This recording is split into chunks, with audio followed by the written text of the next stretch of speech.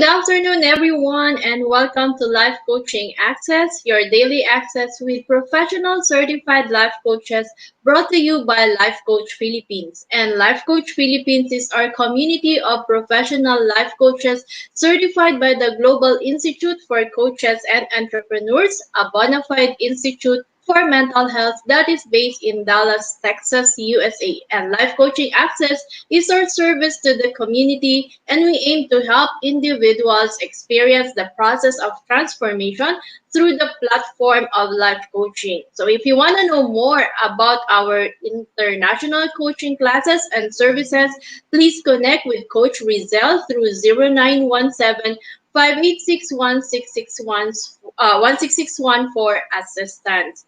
Our next certification class is, of course, on February 19 and 25. And we also have the mental health certification program this coming February 27, 28, and March 5.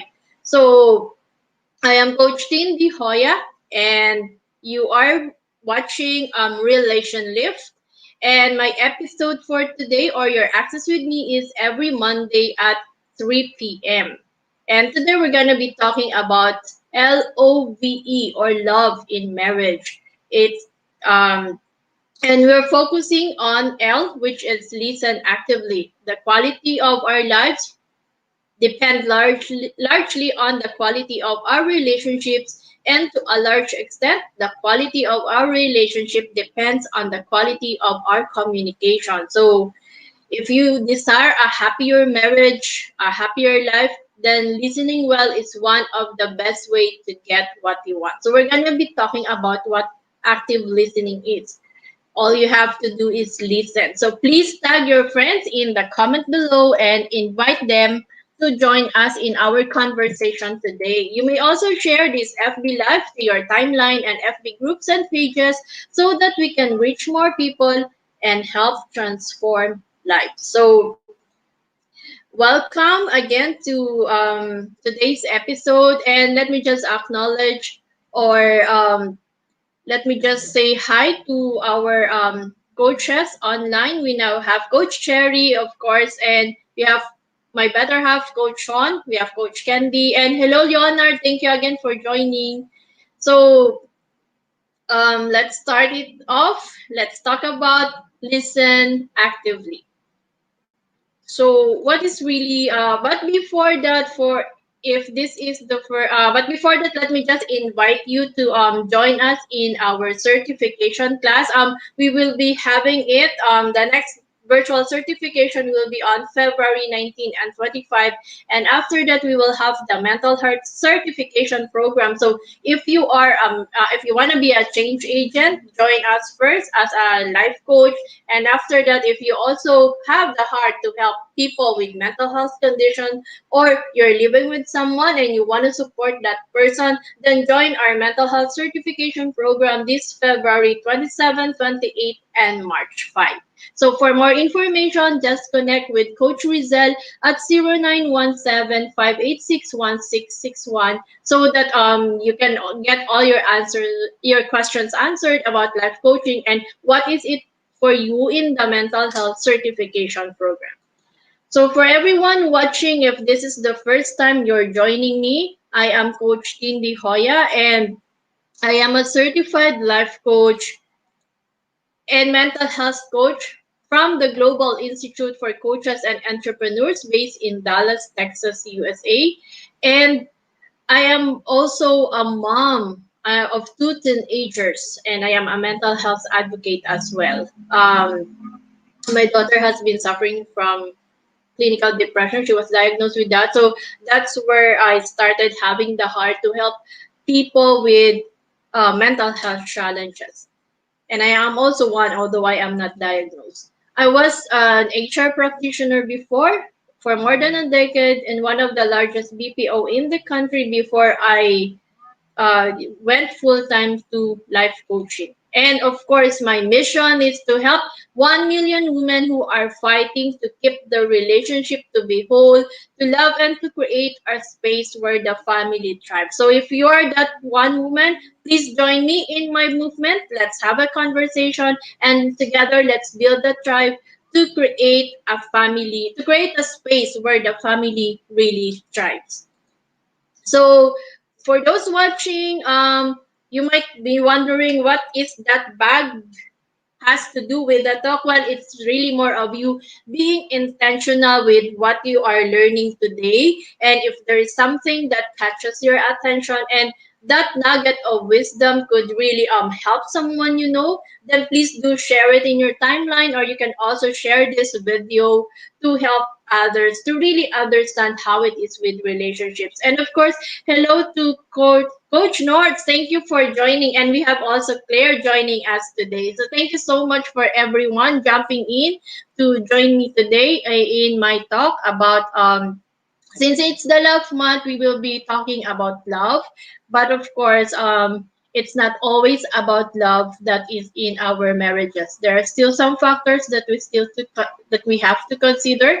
So, what are those things that makes up the relationship? So, um, for today, that's gonna be about love in marriage, which is listening actively. So in all relationships, there's always one person who speaks and one who listens. So sa inyo bang relasyon, whether boyfriend, girlfriend, so sa mga single dyan, makinig na kayo. Na-excite ako sa mga single eh. So yung mga single dyan na papunta pa lang sa relationship, this is one of the things that you can try to understand, to really take note of. And for the married naman, maybe you can start reassessing the relationship when it comes to listening. So hello, Master Coach Jasmine. Thank you for joining. And then, so in all relationships, like there's always one person who speaks and one who listens. But is the listener really listening? Nakikinig ba talaga siya sa'yo? So nothing hurts more than the sense that the people we care about aren't really listening. And it hurts when it is your husband or your wife who does not seem to listen. May mga ganun kaming situation minsan ni Coach Sean na pag may kinikwenta ko, feeling ko wala talaga yung attention niya sa akin, or alam mo yung poker face, nakakairita siya. Maiinis ka talaga, lalo na pag hindi mo din siya naiintindihan. But as you go through the process, we were journeying through life coaching, it's easier now to understand kung bakit minsan may ganun siyang expressions. Pero kung hindi talaga, it might really cause the argument in the relationship. So, and parang dun naiipon din na nasasaktan ka, hanggang sa napupuno ka, tapos magpapatong-patong na, mag-aaway kayo, lahat na lalabas doon na kahit hindi naman related sa pinag-awayan nyo or sa issue, at wala naman talagang issue, nag-aaway kayo dahil lang sa nag-umpisa yan na hindi ka napakinggan. So feeling mo hindi ka naiintindihan, hindi nakikinig sa'yo. Kaya yun. So, in the limited time that we have due to busyness, kahit nga sabihin mo we are working from home, ganun pa din ka-busy yung mga tao that even at home, we don't really converse with the people we love, especially with our partners. Parang, teka lang, work lang ako. Or, kakain na ba? Yan. Ganun lang yung mga conversation. And so how is it really to build up the conversation in the family? And how is listening really helping each other? So at times, the feeling of tiredness affects also our ability to talk. Parang pagod na ako, sige, saka na tayo mag-usap. And of course, the ability to talk and listen, that at times we divert it to our electronics. Di ba pag pagod ka na, nakatingin ka na lang sa phone, well, minsan guilty din ako dun yung lalo na pag madami ka ng, lalo na pagod yung brain mo kasi madami kang ginawa. So, paghiga mo, cellphone ang hawak mo, hindi naman talaga kayo nag-usap na. Parang parehas kayo nagsa-cellphone doon. So, may mga ganong moment.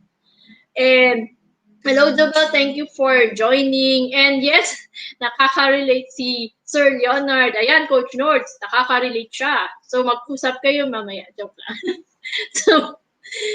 So sabi nga, we lost the art of listening. So even in our relationship, in our marriage, the opportunity to listen becomes lost as we get absorbed in the thought of how we can really respond or say something. Mas focus tayo on paano ba mag-reply dun sa sinabi niya. So, guilty, hashtag connecting, comment it in the comments below. It's okay, this is a safe space. Hindi po kayo nag-iisa, dumaan din po ako sa process at dumaan din ako sa mga scenarios na ganyan. Kaya alam ko po talaga kung ano yung pinagdadaanan din ng mag-asawa when it comes to really being able to speak and listen. At gaano ba talaga ka-importante ang nakikinig sa partner? So, sabi nga, the art of listening is critical to successful relationships. And listening strengthens our relationship by cementing our connection with each other. It also fortifies our sense of self. So when someone listens to you, masarap sa pakiramdam na pinapakinggan ka, di ba? And parang feeling mo you're important, your self-worth is enhanced kasi you are being affirmed by the person listening to you. And when there is a receptive listener, we are able to clarify what we think and discover what we feel. Alam mo ba yung moments na minsan maiinis ka kasi may moment na pag siya nagsabi sa'yo, all ears ka, di ba? Aminin nyo yun. O may mga babae na pag nagkakwento yung asawa, nakikinig ka talaga. Pero, pag yung husband na yung kausap mo, minsan hindi mo alam kung nakikinig talaga sa'yo kasi yun nga, blank face or may iba pa din siyang ginagawa. Tapos, minsan may ganun talagang moment ka siyang sasabihin ko, nakikinig ka ba talaga? Nakakainis kaya yun? Kasi di ba parang, bakit pag siya nagkikwento, naka-all ears ako? Parang kahit may ginagawa ako, pero alam mo, nakikinig ako sa'yo. Pero pag ikaw, hindi ko ma-feel na nakikinig ka sa akin. Parang, basta, hindi ko siya ma-explain. May moments ako tagang gano'n na pag feeling ko hindi talaga siya nakikinig, tapos sasabihin niya sa akin, hindi kasi ako nagmumusay, tapos hindi ko kaya may ginagawa, tapos nakikinig sa'yo. Parang gusto mo sabihin, ba't di mo binitawan yung ginagawa mo? Pag ako nga, nakikinig ako sa'yo, kaya ko bitawan yung ginagawa. May ganun, di ba? Pero yun nga, ano ba talaga kasi yung effect ng listening sa inyong dalawa? Tama, Coach Cherry, paano ba talaga dapat ang itsura pag nakikinig? Paano ba talaga kasi ang itsura ng nakikinig? May mga moment kasi talagang ganun eh. Ewan ko ba sa mga to. Pero, but before that, if you are someone having difficulty to really make your voice be heard and really make your husband, your partner, the people around you listen to you, then I would be glad to journey with you. So if you want a life where you are really able to express yourself and live the life you want by allowing your voice to be heard, then you gain control with yourself and your relationship, then this coaching bundle is for you. Connect with me, let's have a chat, and let's talk about how you can be careless to get back that voice and really let people hear you and listen to you. So, what is really active listening? Listening is one of the most important skills that we can have. So, how well you listen has a major impact not just in your job effectiveness, the quality of your relationship with others, but it's also about how others can respond to you. So, remember that when we listen, we try to obtain information, we listen to understand, we listen for enjoyment, we listen to learn. So why is it important? Ano ba kasi si active listening? Sabi niya, active listening is a soft skill that directs the focus from what is in your head to the words coming from the outside. So, yung focus daw is nandito talaga instead of the things that we are hearing outside. It's also about making a conscious effort to hear not only the words that the other person is saying, but the complete message being communicated. So hindi lang talaga siya yung nagsalita, nakinig ka, but it's really more of really understanding what is being communicated, and it is about avoiding interrupting at all costs, summarizing and repeating back what was heard, and observe body language to give the speaker an extra level of understanding. This is where the empathy comes in, when you are able to listen to the person. And according to psychologist Carl Rogers, active or deep listening is at the heart of every healthy conversation. It's also the most effective way of bringing about growth and change. And those who are here tend to be more open, more democratic in their ways, and are often less defensive. So, good listeners refrain from making judgments, provide a safe environment, and container for speakers. So yun daw kasi yung active listening. It's really more of you listening, removing yourself from the any distractions, and really all ears, all heart to the person who is speaking, so that you can understand the person. And the person who is being able to express to you means hindi niya kailangang maging defensive, hindi niya kailangang parang feeling niya talaga nasa safe space niya when you are able to allow to yourself to really listen. And hello, Faja. Thank you for joining. And ayan, nakaka-relate si Coach Cherry. At kahit din si Sir Leonard, nakaka-relate din siya, di ba? Si Coach, sabi niya, nakikinig naman, processing lang, defensive. Tama, defensive ka. Minsan talaga sinasabi ko yan sa'yo. So, andyan kung siya, pwede niyo siya tanungin kung ganun ba talaga kami minsan. Well, yes. Kasi minsan talaga feeling ko hindi siya nakikinig sa akin. So, si Coach Nords, I'm not alone. Yes, Coach Nords. May ganun talaga silang moment na feeling mo nakikinig sila sa'yo, pero parang ang layo ng mga minds sa sinasabi mo. Tapos, sasabihin na, nakikinig naman talaga ako. Tapos pag tinanong, sinabi ko. So, matagal bago ka sagutin kasi kinakatch up nila. Ano nga ba talaga yung sinabi mo? So, ayun. And then, there are actually 3 A's of listening. So, ano nga ba yung 3 A's na yun? Listening is actually an active process. Kaya nga siya sinabing active listening. And as humans, we were made for connection and relationship. Thus, it's not possible to be able to listen without transparency and vulnerability. So there are no shortcuts in when we try to do active listening. So it includes knowing ourselves and each other, and being intentional about creating and maintaining a wonderful connection. So active listening in marriage is not an option. It is essential to a healthy relationship.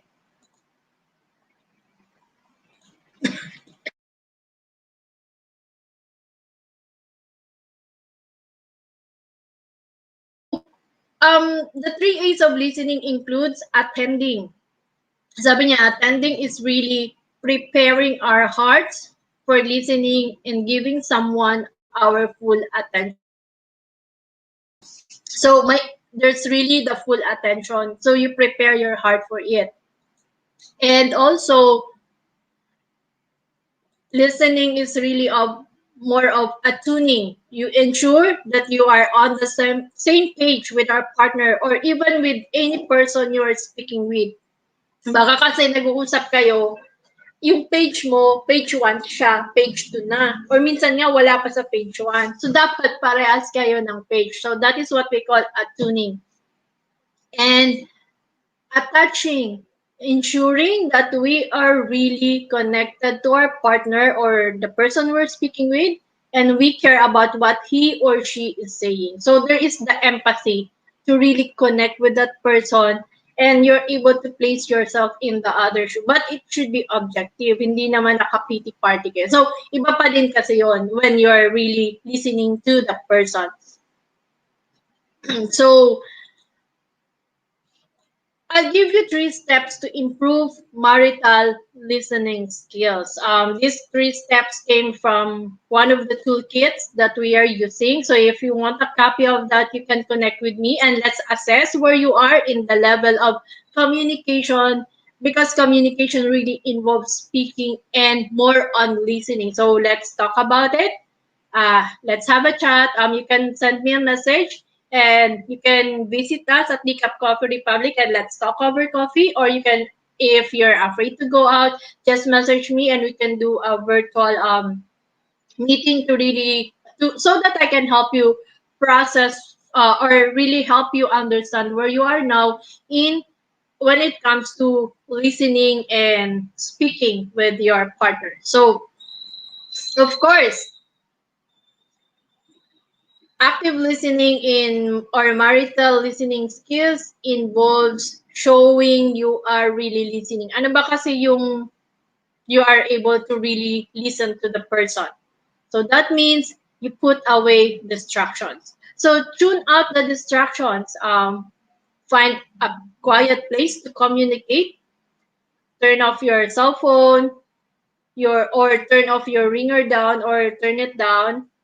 No TV in the background, and then let the if there are small kids or there are kids, let them settle in another room if needed, and know that there is a mom and dad time where you are needing to really talk with each other. So kasi important talaga siya eh. Minsan kasi when we just speak, pero pag may distractions like there are kids around, minsan may sasabihin din yung mga bata. So, divided yung attention mo. So, you're not really able to focus on the person who is speaking. So, tuning out, I like an hour and really just the two of you speaking would really greatly help in improving your listening skills with each other. Of course, it also involves use verbal and non-verbal communication.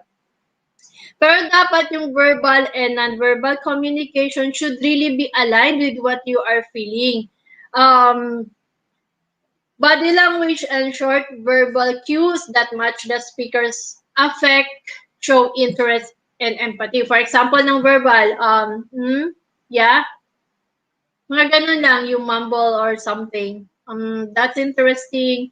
Pag non-verbal naman, usually walang words, so that means you nod or you smile or pero be conscious about the non-verbal cues kasi baka sarcastic na yung dating mo and it has effect on the listening skills kasi ibig sabihin you're not giving out that safe space for the person to really express. And then of course, um, stop, look, and listen. So that means di ba, yung mga bata minsan, pag natututo na sila, tinuturuan natin silang tumawid, so they have to stop, to look and listen. So this is same way when we are doing communication and doing active listening. We need to train ourselves to stop whatever we are doing and paying attention to the details that is being said. Look at your spouse in the eye to show that you are really concern with the person speaking and listen with an open heart and open mind to what your spouse is saying. Yun kasi yun, kaya siya stop, look, and listen. The next step, of course, is really what's your story? So, with what's your story, that means you are encouraging the person to share.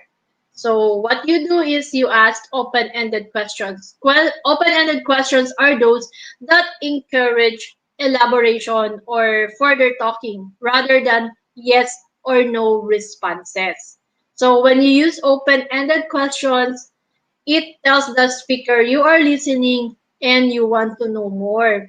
Ang ginagawa kasi natin, pag 'di ba pag nagkukuwento, nung hindi pa ako coach, guilty din ako nito eh. Yung parang pag nagkukuwento siya, may fixer mentality niya agad ako. Sasabihin ko, o tapos, eh, 'di ba dapat ano gawin mo ganito ganyan. So syempre ang sagot niya yes or no na lang. So I never allow na the person to really express kung ano yung needed. Baka naman kasi nagra-rant lang siya at gusto niya lang talaga ng taong may nakikinig sa kanya. So at times, as women of the house, we're so guilty na, sige, fix na natin para, kasi as moms naman and as a wife, gusto natin maayos sa bahay, wala silang mga issues, walang problems. But oftentimes, Even in the conversation with our partner, we bring this behavior with us na at times, it makes them feel na, teka lang, nagkukwento ako kasi gusto kong mag-unburden. Pero tayo, hindi naman talaga nakikinig. So, parang kine-close agad natin yung conversation. Ayaw na nating makinig. So, that's one. And then, of course, use reflections. What do you mean with reflections? Using reflection means summarizing in your own words the speaker's most important points. It must include your emotional content, even when it was communicated through tone or body language. For example, sabi niya, nahihirapan talaga ako sa work. Tapos, ganyan kaagad. Bakit ka naman nahihirapan? Lahat naman ng work mahirap, di ba? So, syempre, hindi na din siya mag-aano. But really, if you just stop, look, and listen and say, what makes it hard for you at work? So, syempre, mag-express na siya. So, that means na-encourage siya mag-share. Kanino mo ba talaga siya gusto mag-share? Sa'yo or sa iba? Syempre, sa'yo, di ba? So, we have to ensure that we are encouraging our husbands to share with us. And of and then do not interrupt or derail your spouse when they are speaking. So be respectful, let them finish their thoughts so that they can really express themselves. Hindi talaga pwede yung ano ba, bakit kasi ganyan? So, when we ask the question, bakit, remember, it makes the person wall up and really stop sharing. So, in relationship kasi, it's always two-way. It's a dialogue, not a monologue. Para siyang coaching. Lagi nating sinasabi, it's coaching, it's not a monologue, it's a dialogue. So, two persons, one speaking, the other listening, and the role can exchange, but still, one person listens, the other speaks. Hindi pwedeng sabay na nagsasalita. Hindi din pwedeng sabay na nakikinig kasi wala kayong maiintindihan. So, yun siya. So, it's one of those that you really need to understand when it comes to really having that great relationship where the person is able to really express without judgment in the relationship. And then, of course, another one is strive to understand. So it's more really about being present. Listen means paying attention to the body language, tone, and verbal content. So on focus your attention on listening instead of other mental distractions like ano na kaya ang next yung sasabihin or when kung sensitive naman yung pag-uusapan, maybe you can just be quiet for a time and allow the person to really express. So para siyang ganito. 'Di ba nakikita nyo yung babae clouds, yung lalaki umbrella. So when you listen, if the person is feeling cloudy, feeling heavy, then be the umbrella. The person who can really listen and let that clouds pour out as rain. So yun siya. It's more really of you being that support when the other person is speaking. Listen with an open mind. At times nga they are just expressing, they are just sharing to you their day. But oftentimes we find ourselves wanting to fix everything for them. Siguro yes, we love them because we don't want them to suffer or ayaw mo din silang na-hurt. But at times, they are the ones who leads the family and they just need to be able to express themselves so that parang declutter din yun sa end nila eh. And so remember, when you listen with an open mind, it's because your job is really to understand the speaker's point of view, even if you don't agree. Ito nga yung mahirap, even if you don't agree. Sabi ni Coach Marife, my 31 years in relationship is learning and unlearning, relearning. Yep. Hindi po talaga para-parehas ang journey sa marriage. And kahit naman kami ni Coach Sean, we are in that stage that we have to unlearn and relearn. So, at ito yung mga talaga yung pinakamahirap when you have to understand the person even if you don't agree.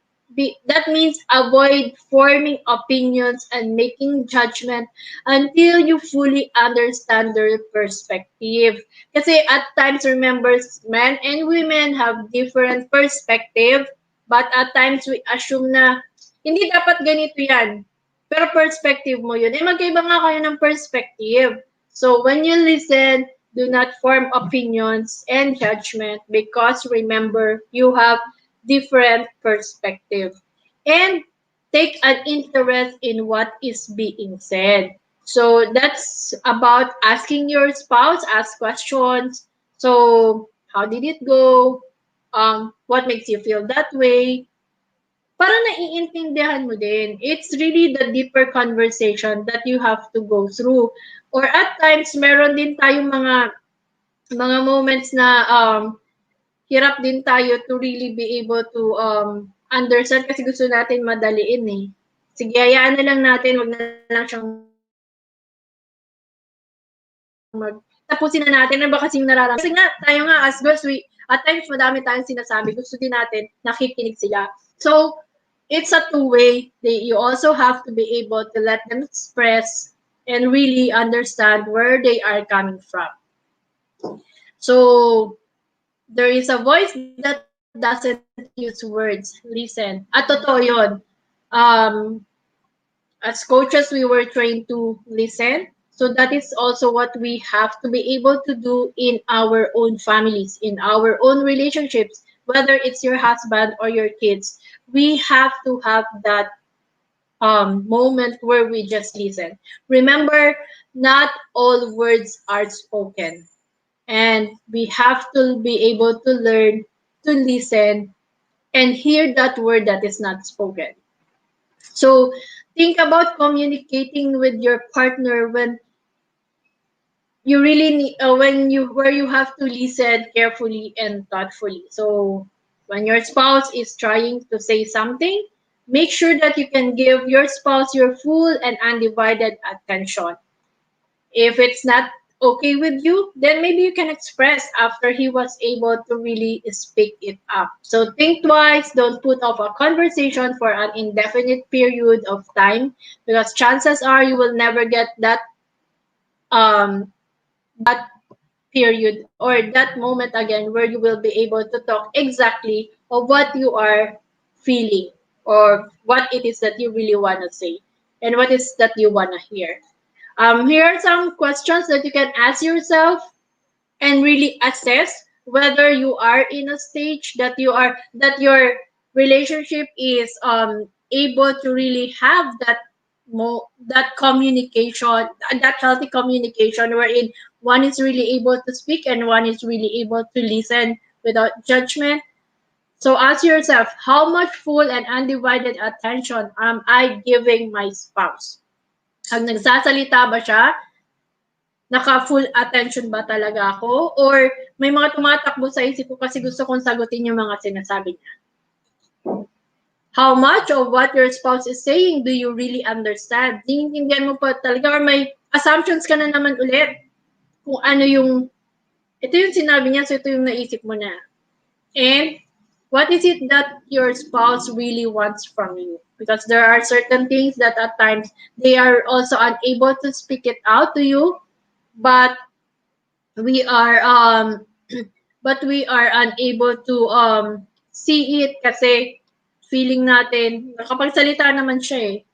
So may moments na parang wala lang, okay lang, nagsalita lang siya.